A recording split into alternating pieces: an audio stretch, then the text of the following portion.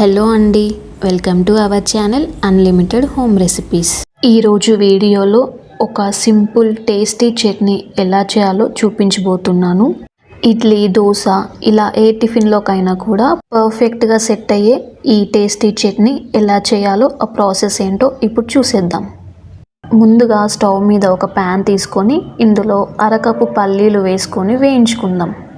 ఫ్లేమ్ని సిమ్లో ఉంచేసి పల్లీలన్నీ కూడా చక్కగా వేగే వరకు ఇలా కలుపుతూ వేయించుకుందాం.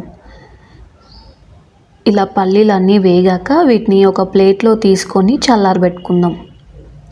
నెక్స్ట్ ఇదే ప్యాన్లో 1 టేబుల్ స్పూన్ ఆయిల్ వేసుకోండి. ఇప్పుడు ఒక 10 పచ్చిమిర్చి ఇలా కట్ చేసుకొని వేసుకుంటున్నాను. మీరు కారాన్ని చూసుకొని పచ్చిమిర్చి వేసుకోండి. ఈ పచ్చిమిర్చి కూడా కాస్త వేగాక ఇందులో ఒక 7-8 వెల్లుల్లి రెబ్బలు వేసుకొని వీటిని కూడా వేయించుకుందాం. నెక్స్ట్ ఇందులోనే ఒక 3 మీడియం సైజు టొమాటోస్ని ఇలా కట్ చేసుకొని వేసుకుంటున్నాను. నెక్స్ట్ మూత పెట్టేసి మంటని సిమ్లోనే ఉంచేసి ఈ టొమాటోలు అన్నీ కూడా సాఫ్ట్ అయ్యే వరకు ఉడికించుకుందాం. చూడండి, టొమాటోలు అన్నీ కూడా కంప్లీట్గా సాఫ్ట్ అయ్యాయి. ఇప్పుడు అంతా ఒకసారి మిక్స్ చేసుకొని ఇందులోనే ఫ్రెష్ కొత్తిమీర కాడలతో సహా ఇలా కట్ చేసుకొని వేసుకుంటున్నాను. అంతా ఒకసారి మిక్స్ చేసుకొని ఒక 2 నిమిషాలు కొత్తిమీర మగ్గే వరకు కూడా మూత పెట్టేసుకొని ఉడికించుకుందాం.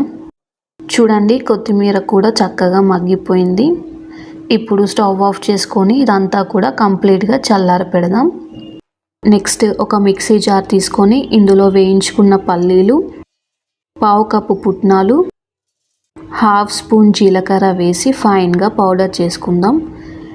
ఇలా గ్రైండ్ చేశాక ఇందులో ముందుగా ఉడికించిన టొమాటో, కొత్తిమీర వేసుకొని రుచికి సరిపడా సాల్ట్ వేసి మూత పెట్టేసి మధ్య మధ్యలో వాటర్ వేసుకుంటూ స్మూత్గా గ్రైండ్ చేసుకోవాలి. ఇలా ఇక్కడ చూపిస్తున్న విధంగా ఇలా పేస్ట్లా చేసుకోండి. నెక్స్ట్ ఈ చట్నీకి తాలింపు పెట్టుకుందాం. ముందుగా ఒక కడాయిలో ఆయిల్ తీసుకొని ఆయిల్ వేడయ్యాక 1/2 స్పూన్ ఆవాలు, 1/2 స్పూన్ జీలకర్ర, 1 స్పూన్ శనగపప్పు, 1 స్పూన్ మినప్పప్పు, 4 ఎండుమిర్చి కూడా వేసుకొని వీటన్నిటిని కూడా వేయించుకుందాం. నెక్స్ట్ ఇందులో కాస్త ఇంగువ, చిటికెడు పసుపు వేసి స్టవ్ ఆఫ్ చేసుకొని ఈ తాలింపు అంతా కూడా చట్నీలో వేసుకొని బాగా మిక్స్ చేసుకుందాం.